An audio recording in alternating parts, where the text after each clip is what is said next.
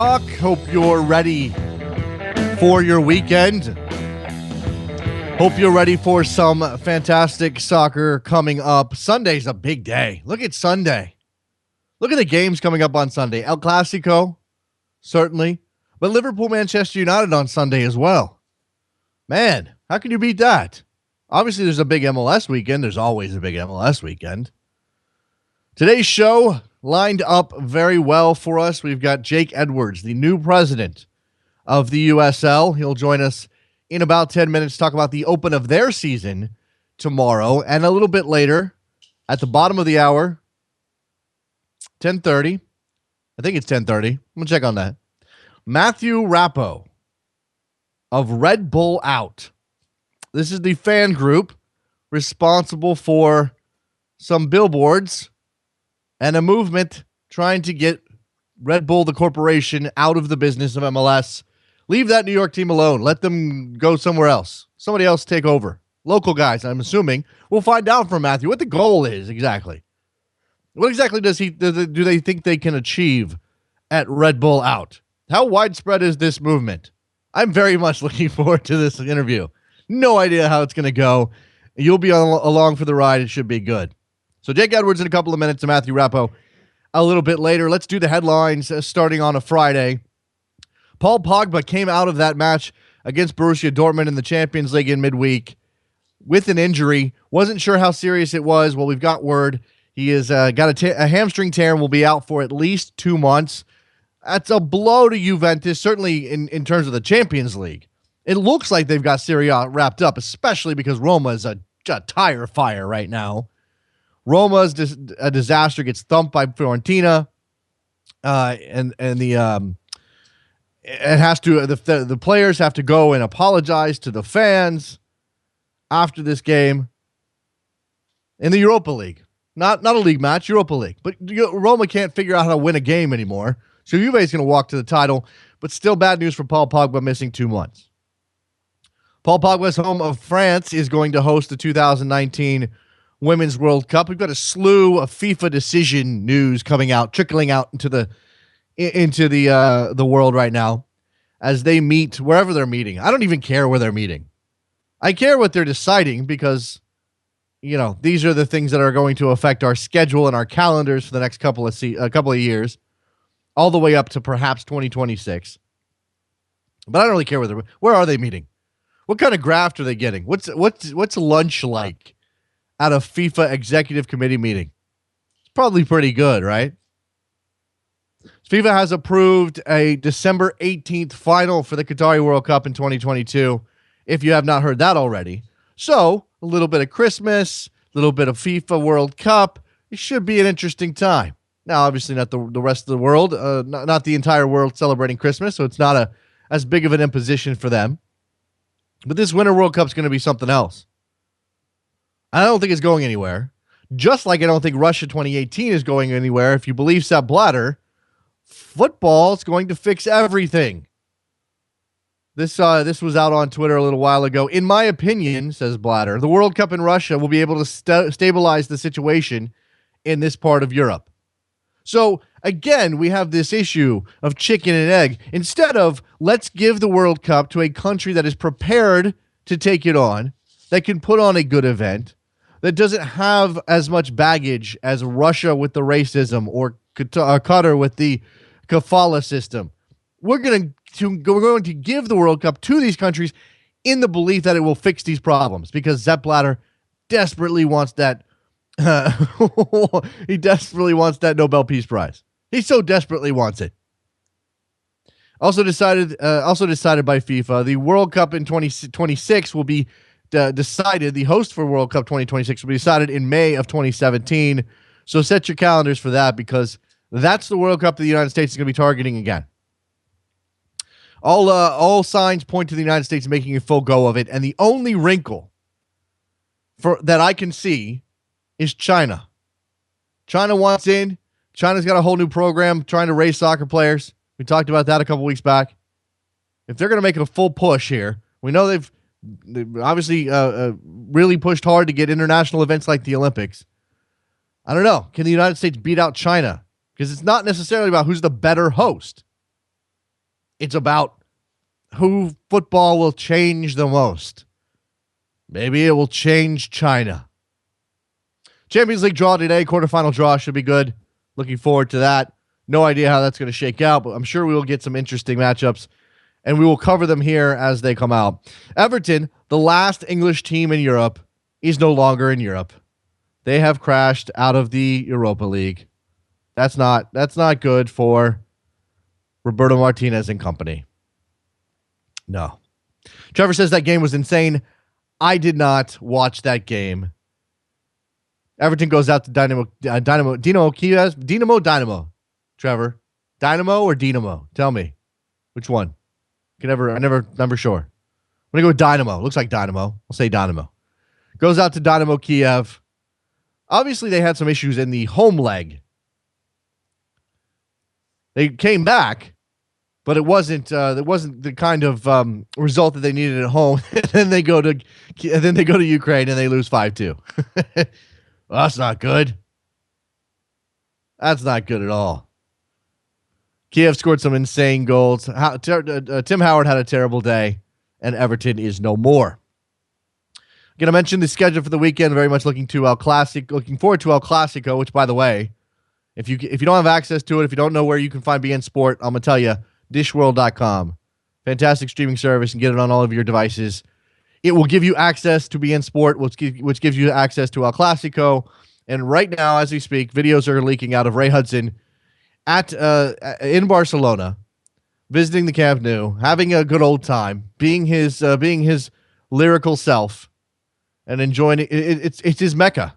It is. Barcelona is Ray Hudson's Mecca. Leon goalkeeper William Yarbrough, called up by the United States, has accepted the call-up. It's a bit surprising from everything we've heard, especially on this show from our friends down in Mexico, Eric Gomez, and the like.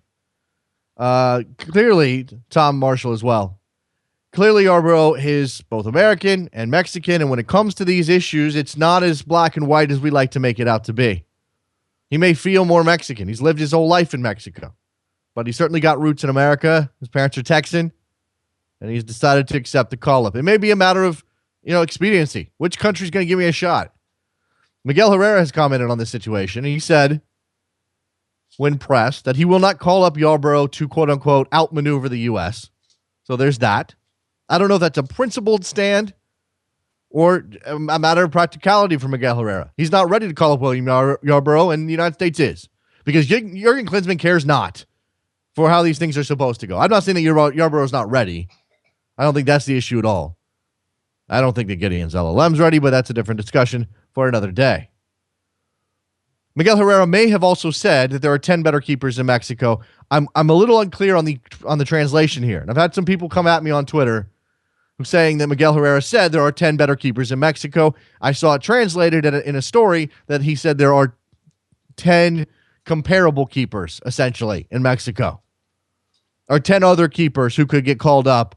I'm not sure if that's meant as a slight to William Yarbrough, a slight to the United States. I have no idea.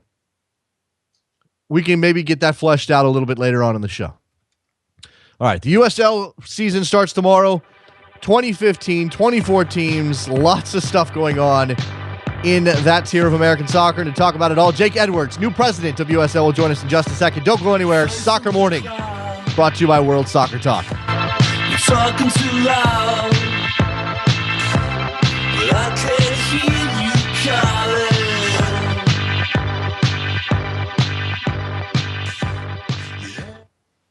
Every soccer fan in the world knows that the biggest match of the year is El Clasico between Barcelona and Real Madrid. It's your chance to witness Cristiano Ronaldo, Lionel Messi, and more of the greatest players in the world. The best way to watch is with Dish World and their exclusive broadcast from BN Sports. Dish World is the #1 live international TV service in the U.S. It's a safe and legal streaming service that delivers your favorite sports and more to your TV, tablet, phone, and computer. For just $10 a month, you can watch El Clasico, plus La Liga, Serie A, and Copa America, as well as the New York Cosmos, Chelsea TV, Arsenal TV, and others, with One World Sports and more top networks offered by Dish World. There's no commitment, no annual contract, and no satellite dish needed. Don't miss El Clasico on Sunday, March 22nd. Sign up today at www.dishworld.com.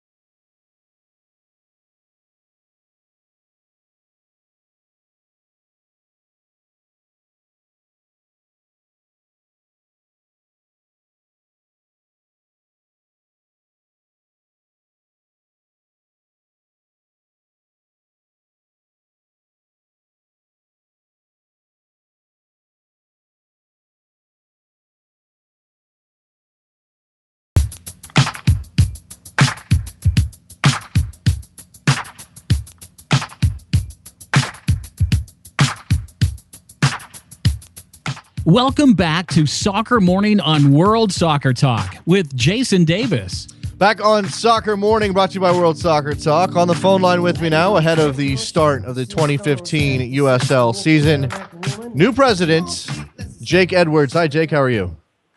I'm doing very well. Thank you, Jason. Thanks for having me. Are you? Do you have a tangible buzz about you today with the season getting underway tomorrow? Yeah, I've been buzzing since I don't know when, last year. And once we knew all these new clubs were coming into the league, and the league's been improving year on year, but to have such a crop of new and exciting clubs taking the field this weekend and next weekend as well. We're thrilled over here. We're really excited to watch these games. I obviously asked your predecessor about the growth of USL. You've added, as you said, a lot of teams coming into 2015. Most of that built on the back of the MLS partnership. Are you a little nervous maybe about the growth of the league year over year and how much bigger things are going to be? Well, I hope we don't grow by 13 clubs every off season, because that would make me nervous. But I don't see that happening. But it's been a tremendous off season. 13 new clubs, some great organizations that have been in the game for many years. And some starting out from scratch, some new organizations who thus far in pre-season games have done extremely well. So it bodes well. We're very excited. The ticket sales are very strong. We've already had a number of sellouts confirmed for the opening games this week and next weekend. So we are certainly looking forward to that. We made sure we were well prepared for such a growth. This is you're going to see this for the 2015 season, but all the legwork has been goes back a few years in terms of getting the league into a position where it can handle such a sort of step change in how we do things. Internally, we've had a lot of new hires. We've restructured the organization, added a lot of new departments such as club services departments, commercial departments, expansion. So we're ready operationally. We've brought a lot of new staff on, so we're ready to handle it. We want to make sure that as you have these new organizations coming in, that they have the best possible experience, and we can service them in the right way, and keep the league moving forward. But we're looking at sort of year-on-year growth with independent organizations wanting to join the league. We've got a number of announcements we're going to be making in the next couple of months, and there will be more MLS clubs that want to follow in the footsteps of initially the Galaxy, but follow in the footsteps of the now 8 MLS clubs that are in our league as well. So there will be continued growth, which is exciting, and it's just good for the game. I'm going to come back to the start of the new season. Obviously, the addition of all of those clubs, and as you said, the independent groups coming on is a good sign for American soccer, period, but certainly for USL. But I've got to ask you about taking the reins from Tim Holt. I think it came as a surprise. I talked to Tim a couple of days before his resignation was announced. Were you aware of this, that this was coming? Is this something that you had prepared yourself for? Obviously, being a vice president, you're always you're in a position of leadership anyway. But how much of a transition is this for you personally? Yeah, it was part of why I joined the organization was the opportunity to work with the people here. There are some outstanding individuals here. And to work under Tim, who obviously, as you said, was the president and had sort of quite a wide range of responsibilities. And when I came on board as vice president, I was to oversee the sort of growth and strategic direction of the Pro League, the USL Pro as it was then known. So I had the pleasure to work under Tim, and that was a part of why I came here as well, to work with someone like Tim, who's a fantastic sports executive, well respected throughout the industry, and he's been in the USL for nearly 17 or 18 years. So he certainly has worked his way all the way to the top, and had some fantastic institutional knowledge. Very smart man, and a real passion for the game and for USL. So it was a privilege and a pleasure to work with him every day. No, I didn't have I had no idea. I think it'd been on his mind for some time that he was, he'd played such an instrumental role in getting the league to such a strong place that, I think he was, the time had come, and you can't profess to know another man's reasoning. Everybody has their own decisions why they do things, and I know Tim was at that point where he wanted to seek a new opportunity and a new challenge, and so it was short-lived, my time with working with Tim, and I certainly wish I could have worked with him a lot longer, but I learned a lot from him in the short space of time, and certainly wish him well, and feel I take a lot of his learnings and a lot of the way he managed things. I take that with me and into this new role. Feel well prepared for it, as prepared as you can be. There's a lot of new things I'm now dealing with that I wasn't before, as it relates to the company and some of the other properties, and oversight of a number of new things, which is really exciting. Great opportunity for myself, and the league is in such a good place now that the transition was pretty seamless, and so we've added a bunch of new layers, and some real talented individuals have come on board at the USL. So it's in really good shape. He leaves us in great shape.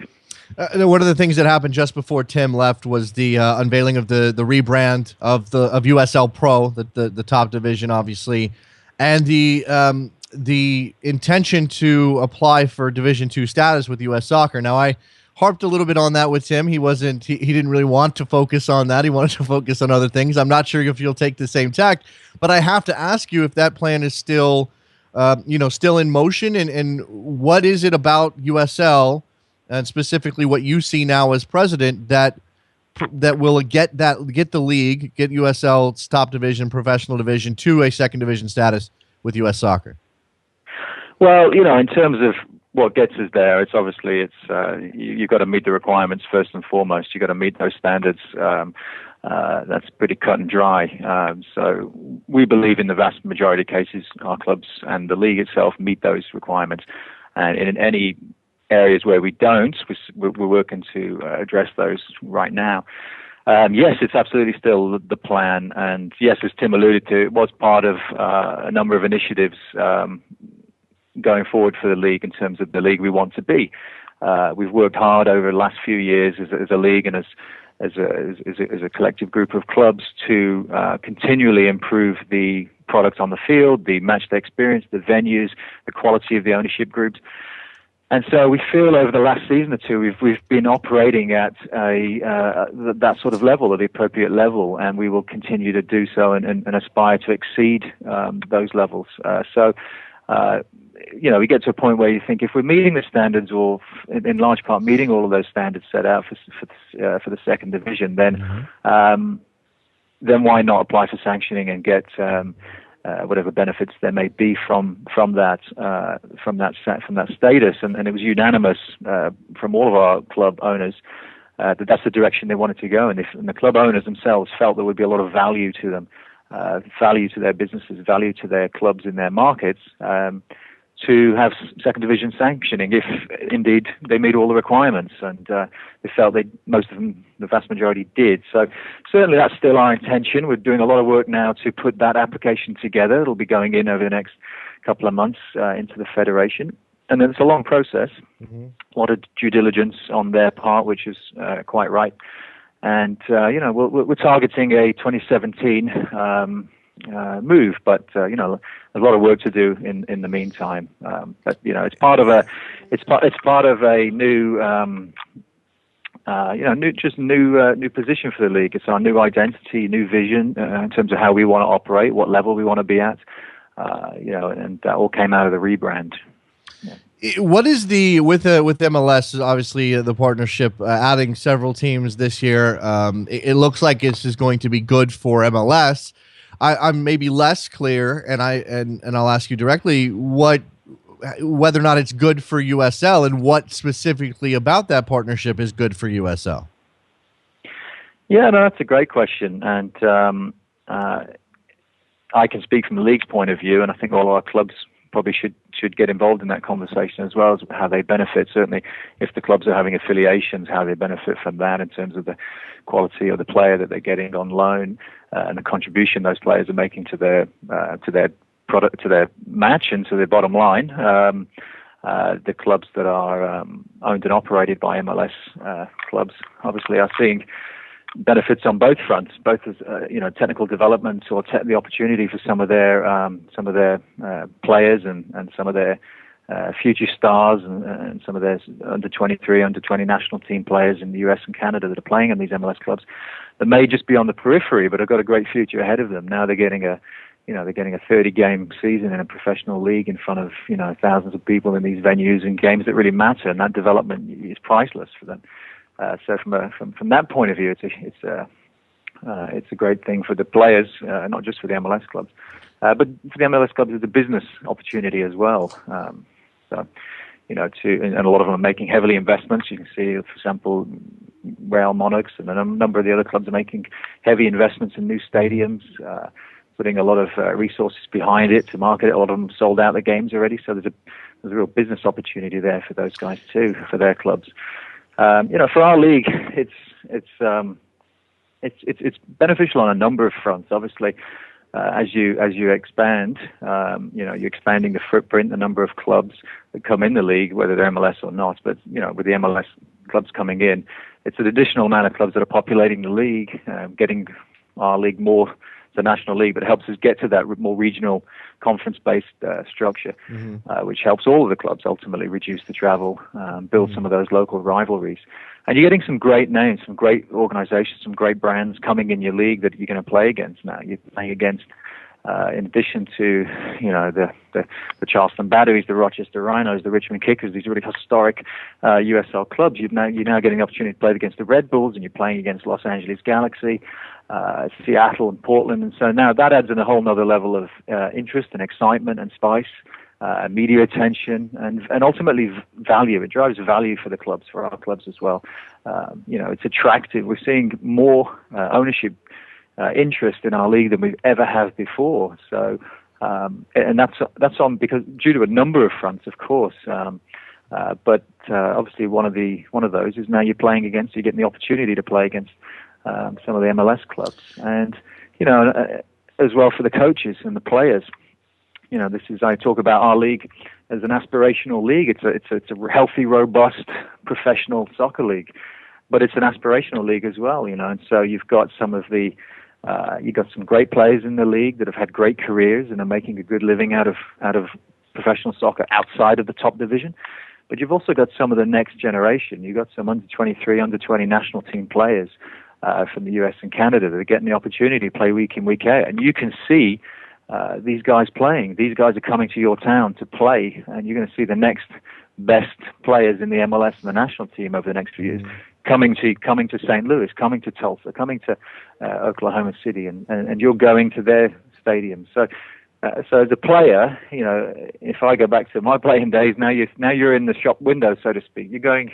You're under the eye of the top league all the time, and the national programs all the time now. So it's a great opportunity for players that are playing in our league to have a great professional career, but also you're being evaluated all the time, and that goes to the coaches too. You see a lot of great coaches coming out of some of the top universities, coming out of the MLS clubs, and really learning their trade as head coaches in the USL, which is fantastic as well. So it adds a lot of value, I think, on a number of fronts for the players, for the owners of the clubs, and for the league as well. I think it has a huge amount of value. Is there anything? I mean, when you look at that picture, and clearly the MLS owned and operated clubs may have different goals with their USL programs than the independent clubs like the Kickers or the Rhinos. Do you have any concerns about competitive balance within the league when you consider, again, sort of divergent intentions with these teams? I don't have concerns at all, but you're right. There are different goals. Everyone's got different goals for this. For how they approach their professional club. Richmond Kickers' goals will be different than FC Montreal's goals. Let's say different to Real Salt Lake's, who are, as I said, building an 8,000 seat stadium and looking to sell that out week on week.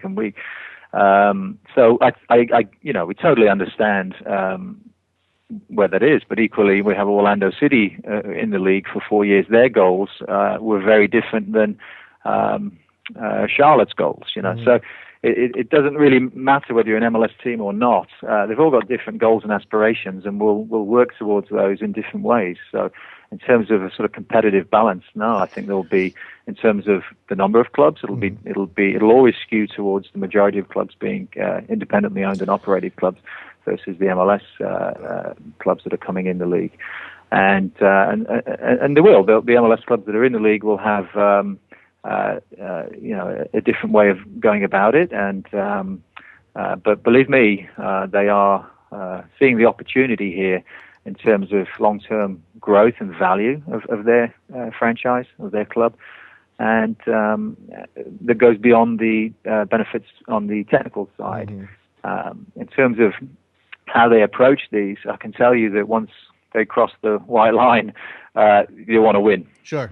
Yes. All of them want to win. So they're putting they'll get the balance between making sure all their elite players are playing and developing and are ready one day for the call up to the first team. So you strike the balance between that and wanting to represent your brand and win. And a great example of that last season with LA Galaxy, who had a great season, got to the semi-finals, and lost out in an amazing game up at Sacramento in front of a full house. And they were absolutely devastated about that. Right. They wanted to get all the way through to the final. So once you cross that white line, whether you're a coach or a player, believe me, they're going to put out the best possible product they can because they want to win. Jake, the history of, and I'm just to use lower division as an umbrella term, but the history of lower division soccer in the United States is littered with clubs who came and went. And, one of the major tasks for any league is to keep these teams solvent, to keep them going. You obviously have legacy clubs like the Kickers and the Battery and the Dynamo, and the Rhinos, and those teams don't seem to be going anywhere. But when you bring in new clubs, whether they are independent, because I'm assuming the MLS clubs can keep themselves running, how do you make sure that you're putting in place a team that's not going to be here for 4 or 5 seasons and then drop off the face of the planet? Yeah, that's a great question, and that's the key to the future and the success of all the divisions. And ultimately the top division and the national team. You've got to have a healthy, robust, and stable lower league system. And my background up from being in the UK and playing over in the Football League for many years is that's a bedrock, and that's the foundation of the Premier League, is the Football League and the 3 divisions below. But that doesn't mean that some of those teams don't come and go, which they do. So you've got to get that right. And historically, it hasn't been right. We're very fortunate to have, like you said, teams like the Rhinos, the Kickers, Charleston, going 20 up to 20 years, and we've got a number of clubs that have been going 10 and 15 years now. So these guys are doing a great job. But the new teams that are coming in, we've got to get that right. And the key is just the ownership. The key is absolutely the ownership. We're only as good as a league. We're only as good as the clubs we've got and the ownership behind those clubs. We do have some fantastic clubs. We have some of the biggest clubs outside of MLS playing in our league. We're very proud of that. And that's all due to the quality of the guys running those clubs. Go back a few years, it was a bit like the Wild West. Teams are coming and going, but the league, it was a different time then. Now, we focused the last sort of 4 years on stabilizing this league. So We weren't making a big noise about what we were doing. We weren't trying to aspire to too many lofty goals. We wanted to get the foundation right and the structure right, and the due diligence and the processes we go through to screen out the owners. So it's far more robust now than it's ever been, and we are in the sort of enviable position now that, due to many of the things we're doing, we're attracting some really great ownership groups. And a lot of these guys that are coming on board now have owned and operated American Hockey League teams, NBA D-League teams, minor league baseball teams. So they absolutely know how to own and operate and sell sports at a very high level. And these guys are committed, so the kind of groups that we're talking to now, we spend a lot of time evaluating the business plan, the net worth, the stadium plan. They've all got to come in the league now with their stadium plan to build a soccer-specific stadium. We give them a couple of years to get there, but so the criteria now is such a different standard than it used to be. That we feel it's critically important to us and to any league that you don't have turnover. That's not to say it'll never happen, but you see that in all the leagues, even at the top division have had some turnover. But we're putting in some very robust due diligence measures to avoid that situation. It's crucial for the sort of stability, not just of the league, but the sport, really. Mm-hmm. So it's a paramount concern to us. But like I said, we're in a good spot with the guys that are coming in now. Well, to that point, Jake, you mentioned that these guys have often had times have experience running clubs and what the minor leagues of other sports, perhaps, is the way to say it. And there's certainly a method to selling quote unquote minor league sports in the United States that is different than selling the major league, and obviously American soccer is a very fluid type of environment.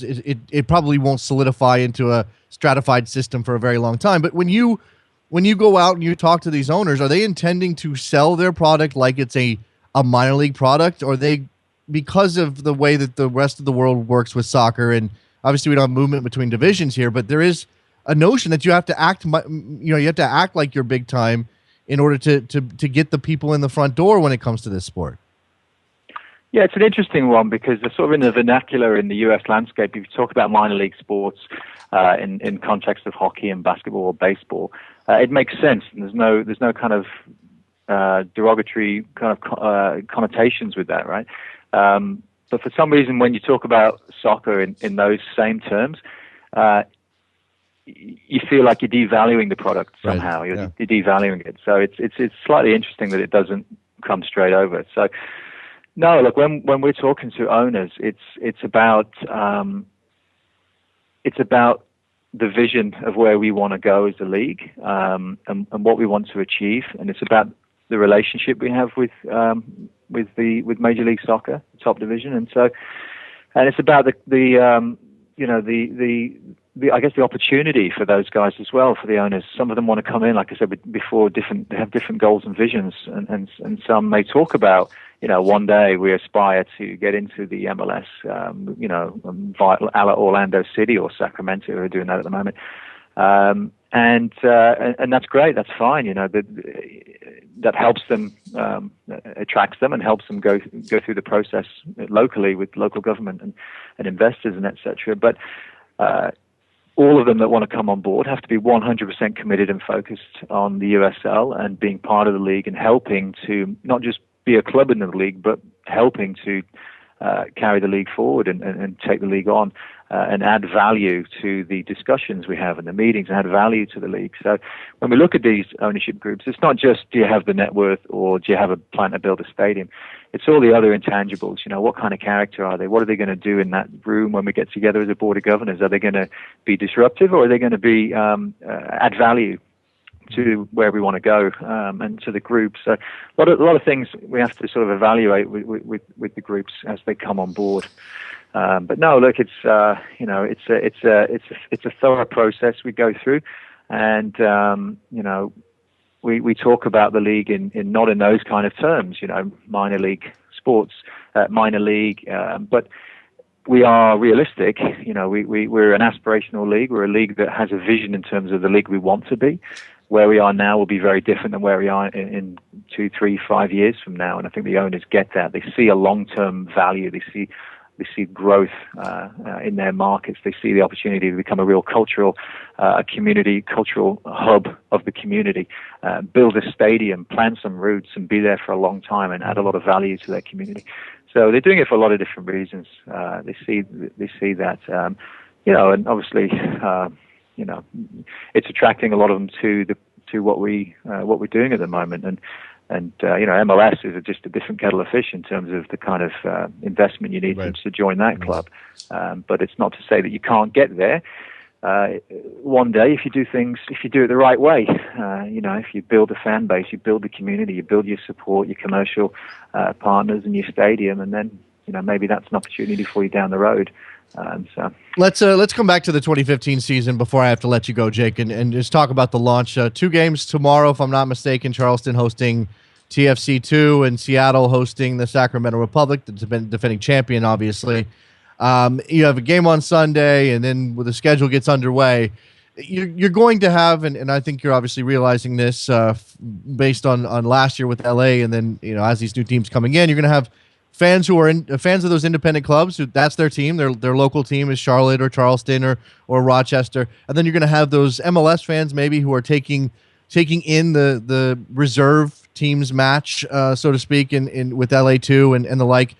Are fans going to be able to get access to your games on a regular basis? How good is that going to be for USL this season? Yeah, it's crucial, and yes, they will. I mean, all of the games will be streamed live in HD and available for free via the partnership we have with YouTube on the YouTube Sports channel. This season, you'll be able to go to your particular club and watch it via the club's YouTube channel. We will be in the future bringing all that under one roof, but for this season, you can follow your particular club. You could also go to the league's website at uslsoccer.com and look at the schedule, and you'll be able to click onto all of the games to watch them live. The ability to watch these games is crucial. And last season we had a tremendous amount of watch parties back in the visiting teams market at local pubs, etc. And in large part, they were all hugely successful, but there was, you get some hiccups along the way. So our teams produce all of their own games. A lot of them use outside broadcast companies to come and do that. So you're in the hands of the clubs, so to speak. But these, we spend a lot of time with them continually throughout the year and in the off season on production elements, production quality, and so. We were excited this year because this year, as I said, everything is in full HD. We had maybe 1 or 2 that weren't in HD last year, which was very unusual. But now, from what I've seen from all the preseason test broadcasts that we've had them do, they look great. And so I think the visual product is going to be pretty compelling. But it's something we evaluate every year because it's so critical that. In a country the size of the US and Canada, you're not going to get to travel to all the games yet. It's part of the sort of regional growth, and happy to see 100+ fans from Terabridge, Vitaly, and Sacramento making the 11-hour trip up north to Seattle to watch that game. But I'd like to see more of that, our fans traveling. But in the meantime, we've got to get those broadcasts to the highest possible quality. So we are doing that. YouTube's been a great partner. We've really worked with us behind the scenes and with our clubs to improve those broadcasts year on year.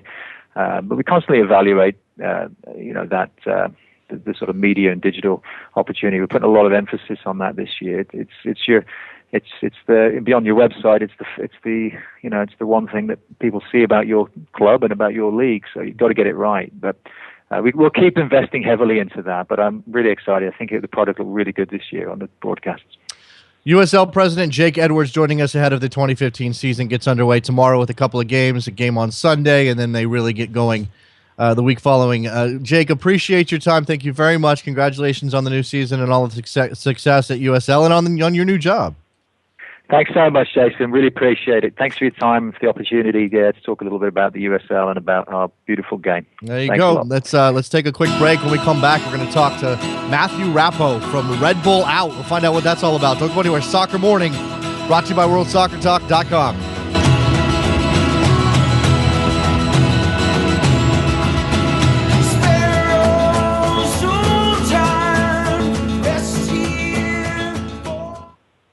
Every soccer fan in the world knows that the biggest match of the year is El Clasico between Barcelona and Real Madrid. It's your chance to witness Cristiano Ronaldo, Lionel Messi, and more of the greatest players in the world. The best way to watch is with Dish World and their exclusive broadcast from beIN Sports. Dish World is the #1 live international TV service in the U.S. It's a safe and legal streaming service that delivers your favorite sports and more to your TV, tablet, phone, and computer. For just $10 a month, you can watch El Clasico, plus La Liga, Serie A, and Copa America, as well as the New York Cosmos, Chelsea TV, Arsenal TV, and others, with One World Sports and more top networks offered by Dish World. There's no commitment, no annual contract, and no satellite dish needed. Don't miss El Clasico on Sunday, March 22nd. Sign up today at www.dishworld.com.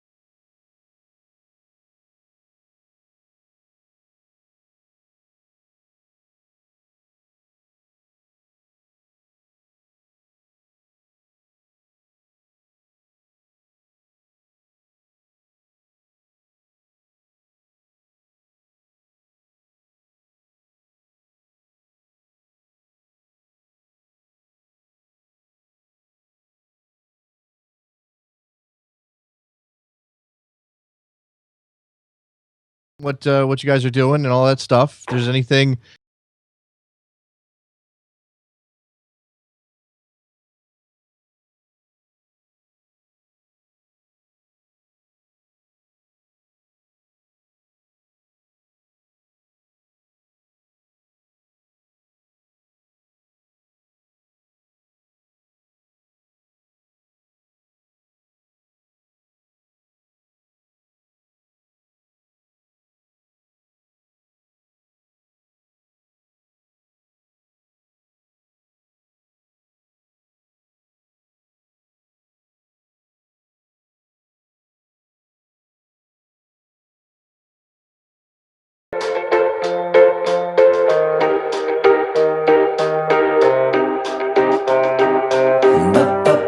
Welcome back to Soccer Morning on World Soccer Talk with Jason Davis.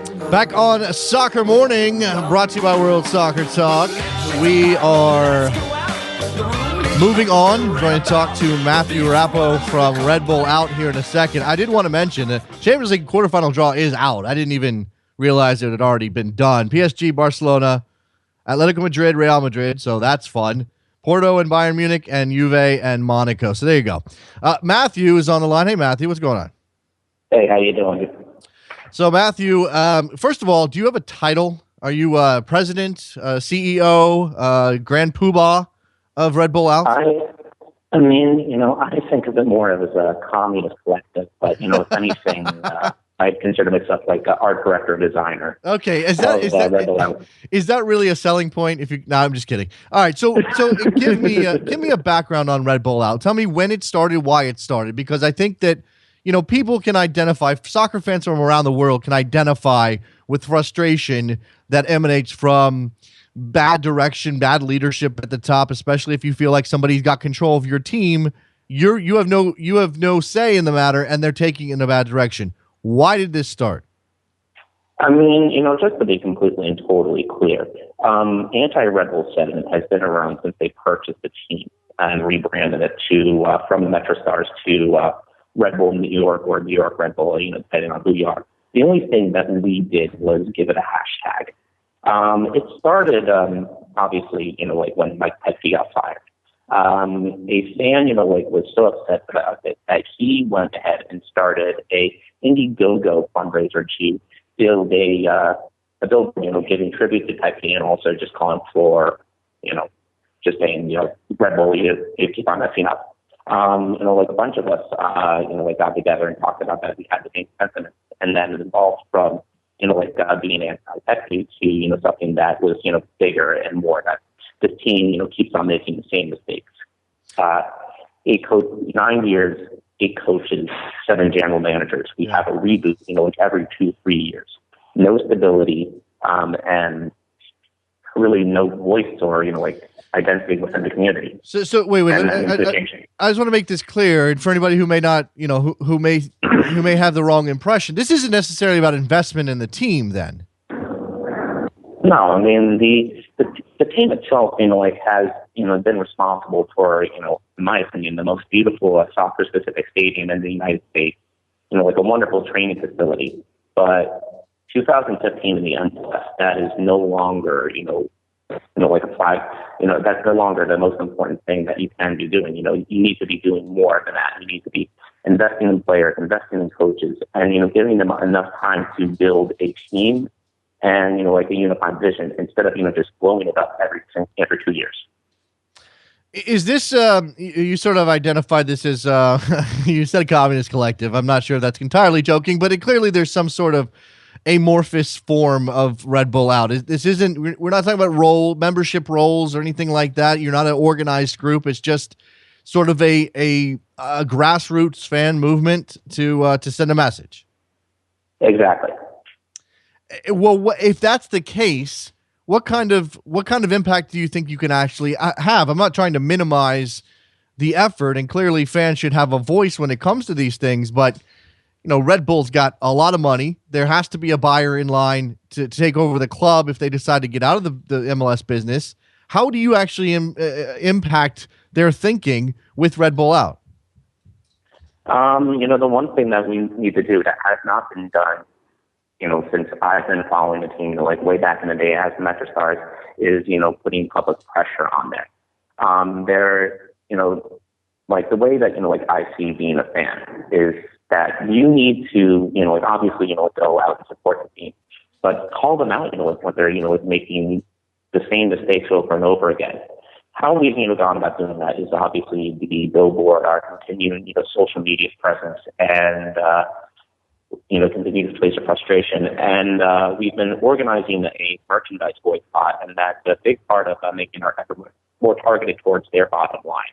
Well, fans not be able to cancel their tickets this year, even though they're upset. What we can do is, make sure that they're not, purchasing jerseys, they're not, purchasing things, in the stadium if they decide to go to game. And when it comes to mid-season, we are planning a strong campaign to discourage fans from renewing for next year. Part of this, I would imagine, from your perspective, and it certainly is a case in a lot of MLS cities, is that there's just a lack of real media pressure on these teams to get it right. I mean, there's a couple of guys on the beat at Red Bull Arena. There are, there obviously are fans out on social media and the like, but it's not like the Times, the Post are coming down on this team for failing year over year. It's pretty much more like they're ignored. And with NYCFC coming in, I suppose that all of this is taking on an even bigger frustration level for the fans. Yeah, and this is, where, for me, it gets, really perverse. Mark de Grand Prix, the current marketing director, his second stint with the team, he's the guy who fired Bruce Arena back in 2007. They hired him back, so good job, Red Bull.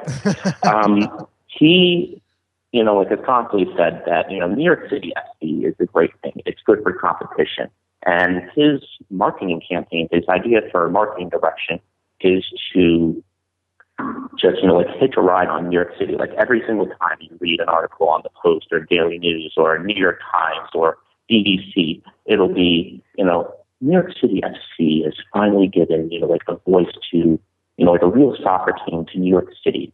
There is a second team in, the New York Red Bulls, and then that's how they're going to get it. They are going to be they're going to get secondary mentions on, New York City FC articles, even when they are, doing great things in the community, like building renovating a soccer field in the Lower East Side.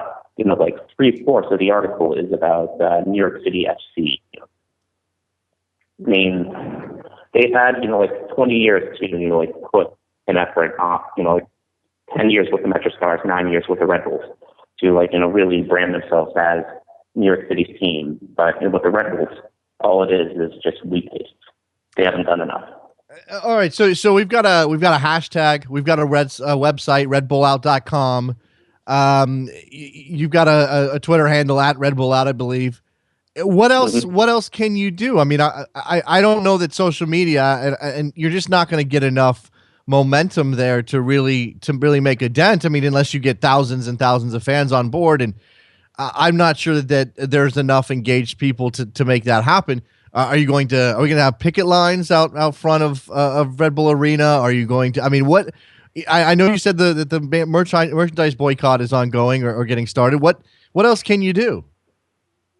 I mean, the one thing that we are going to be doing this week is that we will be visible this Sunday. I can tell you that much. You're going to be visible. You're going to be visible in Red Bull Arena. We are going to be visible in Red Bull Arena, and we're going to be visible outside Red Bull Arena. All right. That's all I'm going to say. Okay, so are we talking about a plane pulling a message a la Manchester United, or is this something else? I don't want you to give up your plans, Matthew, but I am curious because this is, look, we've had some little fan movements before, and I'm not trying to minimize these things. It's more of a function of where MLS is in the greater sporting culture than anything else. But we've had little movements. I mean, the San Jose Earthquakes supporters group, 1806 Ultras, constantly in trouble. They're making stands. There's the riot squad in LA got sanctioned by the team, and there's been support around the league. Remember a couple years ago, DC United got some fans around the league to support them when it came to the stadium push.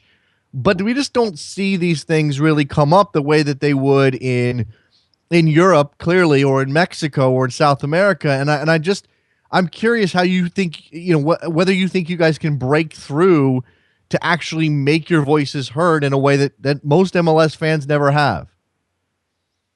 I mean, the one thing that we are going to be doing is just keep on doing what we're doing.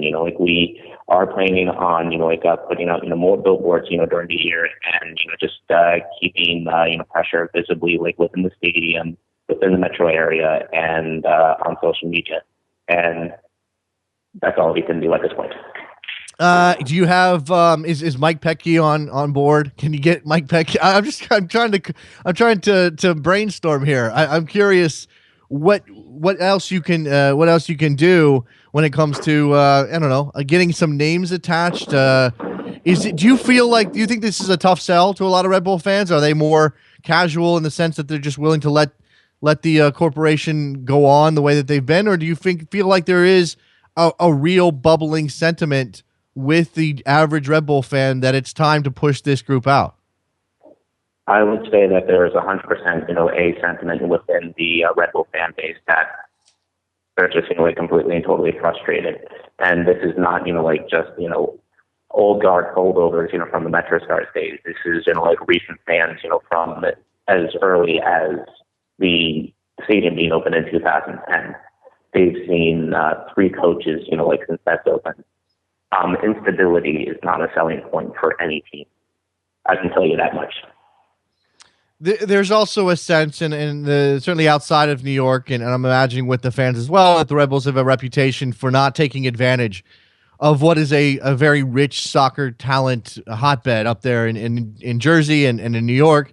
And we've had this turnover with guys who are signed as homegrown players and then never see the field and are pushed right out the door.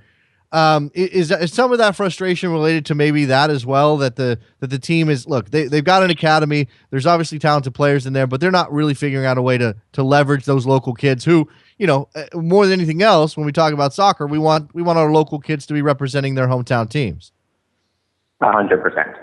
There's a lot of frustration that comes into that as well. With, Red Bull, since the time I've been following, it's just been nothing but,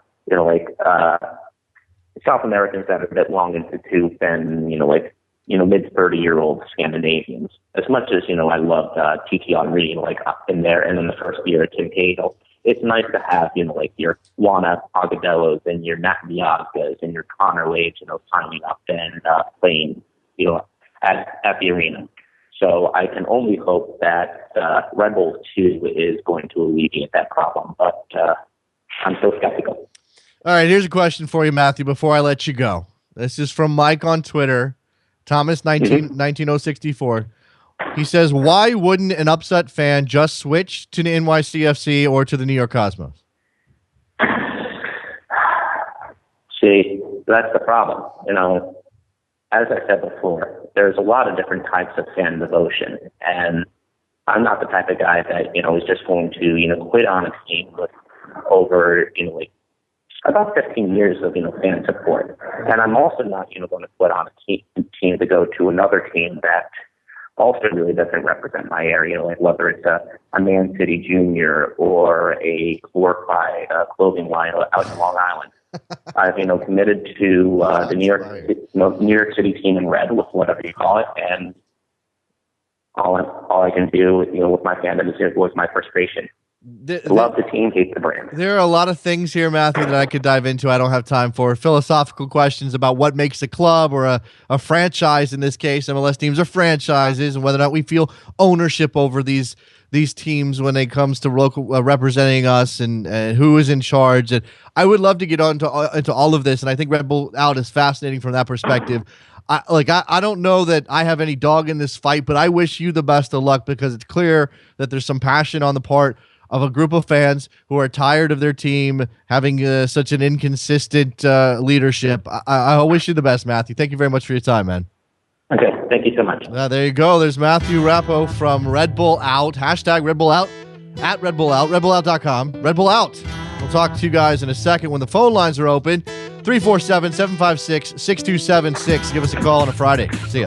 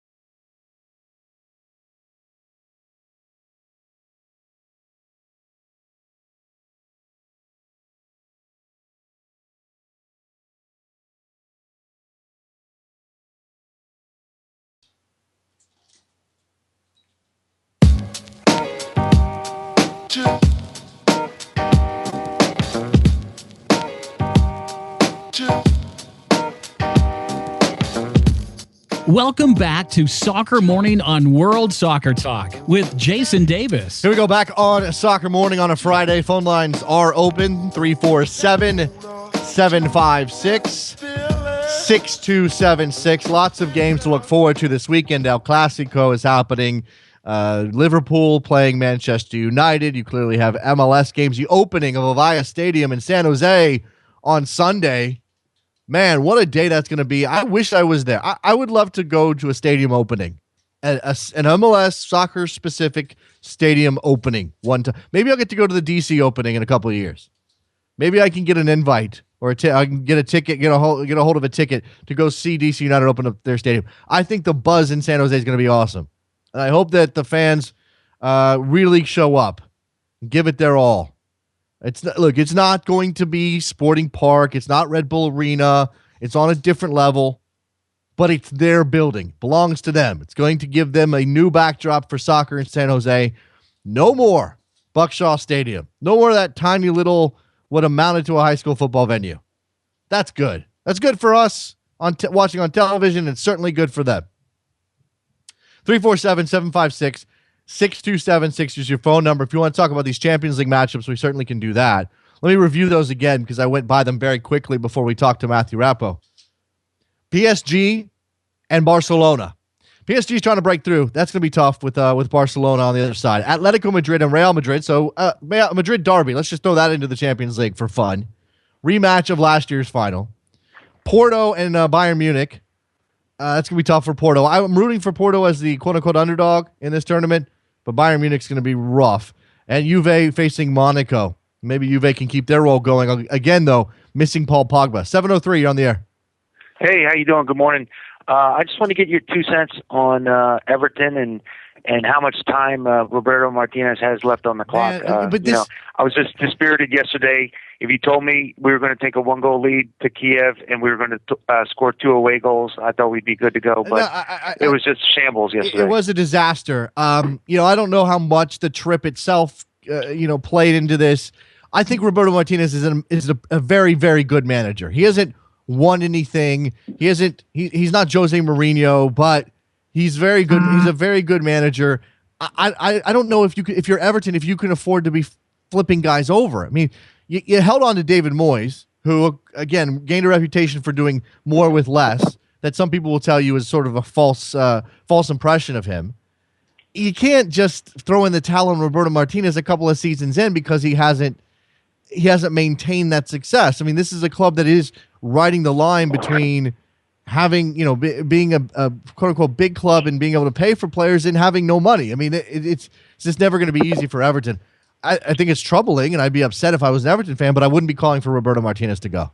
Well, it's just troubling because I don't see an adjustment in tactics. I see teams in the EPL week in and week out. They just know how to, kind of tick us on, and they sit back, let Everton play with the ball for 60% of the time, 55% of the time, and then they come back and they score on the counter. Yeah. And I'm not seeing that adjustment made. I don't know. Maybe it's just I'm a little jaded right now. When things aren't going well, clearly we want to, we see what we think is going on there. Whether or not I don't think Roberto Martinez is failing to make tactical adjustments. He just may not know what his best formation is, his best lineup is at this point. Tim Howard getting his dip in form has been troubling. I don't know. I don't know what to tell you, man. I wish Everton the best of luck. I have a soft spot for them, as most Americans do, but they may find themselves settling into a tier of that league that they just don't like. I mean, and they need to figure it out. I mean, if they can pull a Southampton, great, but I don't know if that's on the table right now. All right, man. Love the show. There you go. Thanks a lot. Mark Fishkin is on the line. Is this like rebuttal? Am I required to give you equal time or something? No, you can give me as little time as you want, Jason. Well, it's maybe equal time's the wrong way to say it, because I don't know if you're a Red Bull backer in terms of ownership. I just, you show up when we talk Red Bull, Mark. Yeah, well, it's like catnip. What can I tell you? So what's going on? I definitely appreciate the sentiment that the Red Bull Out guys have put together. They seem to be organized. They're generating buzz on social media. I think, as you said, what more can you do, as you were attempting to brainstorm with them in terms of getting an ownership change. And I guess it's nice to see that MLS has gotten to a place where lots of other pro sports franchises have, right? Where fans are organizing and demanding ownership changes or management changes. I'm wondering if their efforts weren't best spent talking to the moneyed American landed gentry to try to vet prospective owners. We know that casino magnate Jason Ader was involved at one point in trying to pitch to the team to take the team off Red Bull's hands. But when you consider now you're talking not just about the team, you're talking about a stadium and a training center and now a USL team and an academy program as well that's very highly regarded. I'm not making an editorial comment on whether Red Bull has done a great job in attracting the attention of the area soccer fan, because they obviously had very limited success there.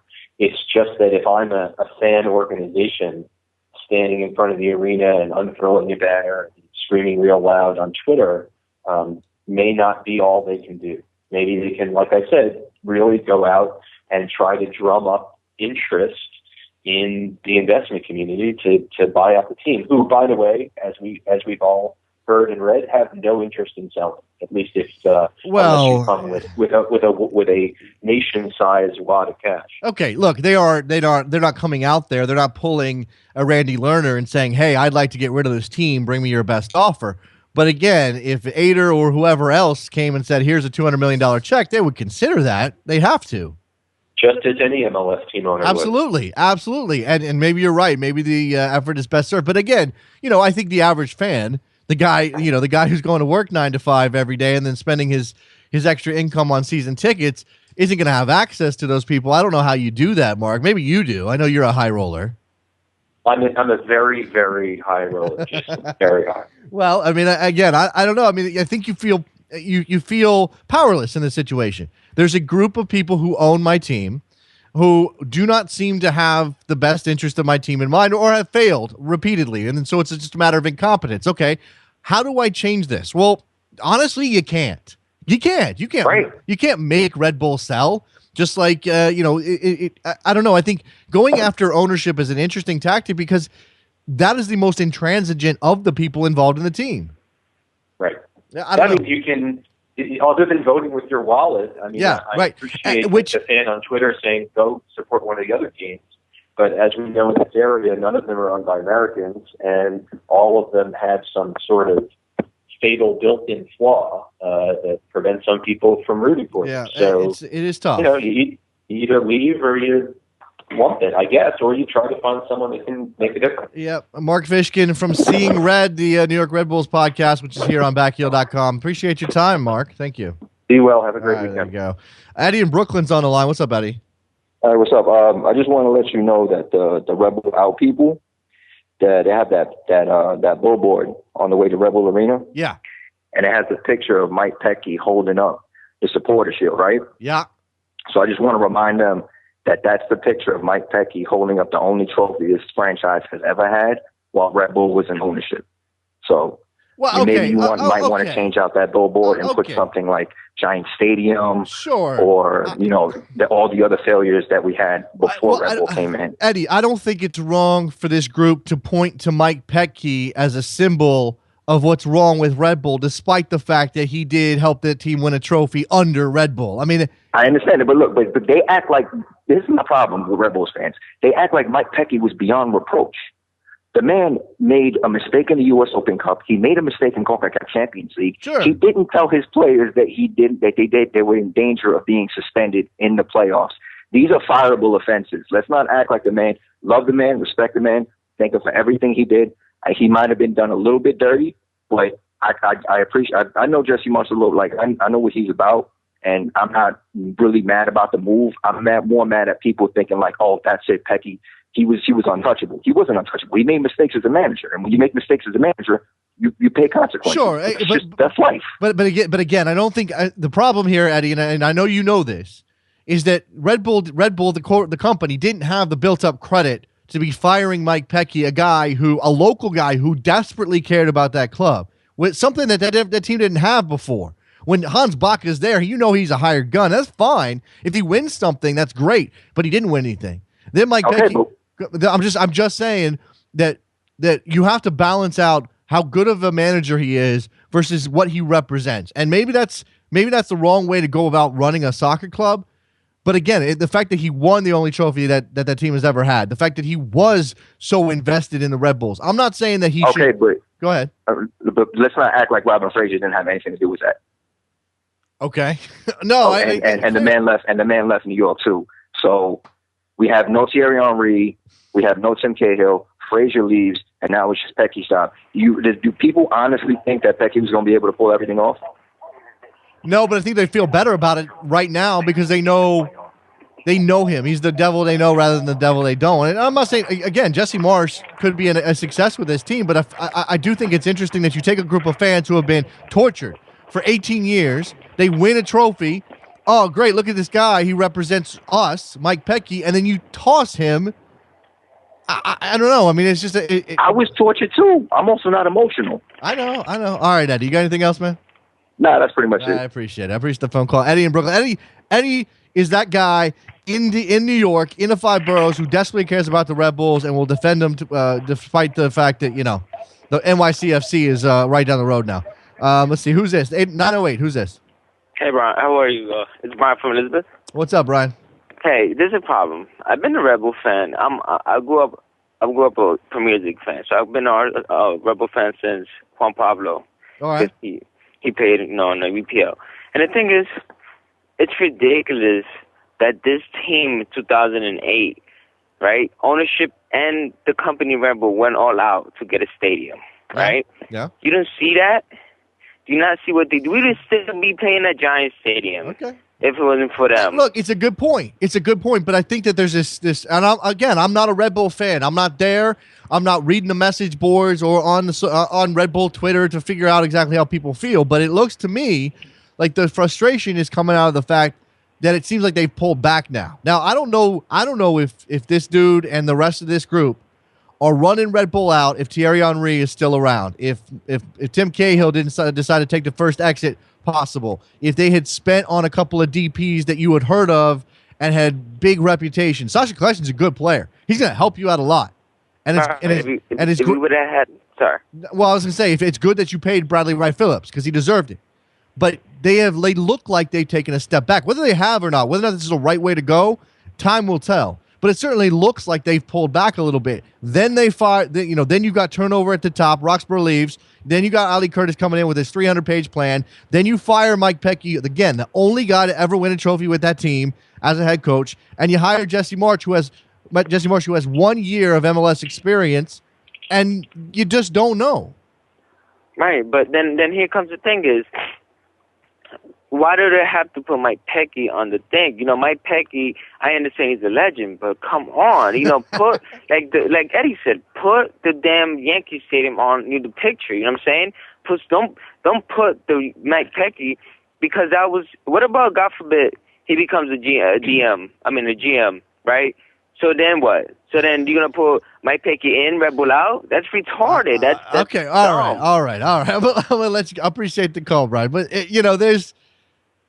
I don't think this is about Mike Pecky. I think Mike Pecky just came to symbolize that Red Bull's not doing what the fans think that he should do. Some of the fans. Again, this is obviously not a fully across the board sentiment. Let's see. 914, you're on the air. Hey, Jason, how's it going? I've got a little bit of a different take on this because I am one of the people who's really about Red Bull out. I think it's got a lot of the right things going on. But, I look at it in the whole picture. I've been a fan since a long time, like back when I was a little kid. And I've been going to games since then. And, for me, it's not about Mike Pecky. It's not about, a stadium. It's bigger than that. It's about, is the team right now going in the direction that people like? Is it the right way to go? And, maybe Ali Curtis says something, maybe he doesn't. But the problem is, and you're absolutely hit the nail on the head, is that Mike is the only guy who's actually gotten us to win anything. And then you fired the guy a year after, or a few months after you're a goal away from winning the Supporters' Shield. I've seen 8 guys in the past 9 years run my team for a little bit of time. I've seen over years, I think we're up to 15 or 16 guys run my team. And I've seen this blow up every single time, and we start back, from square one every single time. Yeah, I think, again, I'm going to come back to this. I don't think Red Bull has the built-up credit with the fans to be firing a guy who won a trophy. No. You can argue about whether or not Mike Pecky did the right thing, made the right moves. Again, the playoff situation with Bradley Wright Phillips looks terrible, and I called him out for it at the time.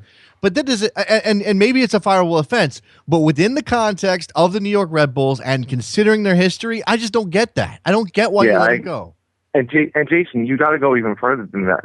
We're also a team in New York, mind you, that's named after an energy drink right now. That's right. Okay? I mean, we're the only team in the league right now that's named after a product. You got to think of it that way too.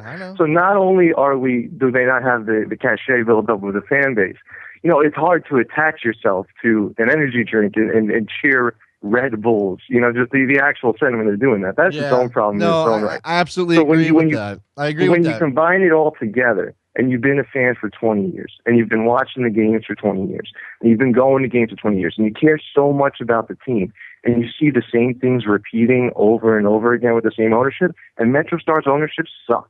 But the honest-to-God truth is, for me, as a guy who's been doing this for 20 years, as a guy who's been watching the team for 20 years, as a guy who's seen Red Bull, seen before Red Bull, when you put it all together, you put it under a Red Bull name, and you sit here and you're seeing the same crap happen. Yeah. And they've invested all this money, and now they're starting to pull back on investing this money too.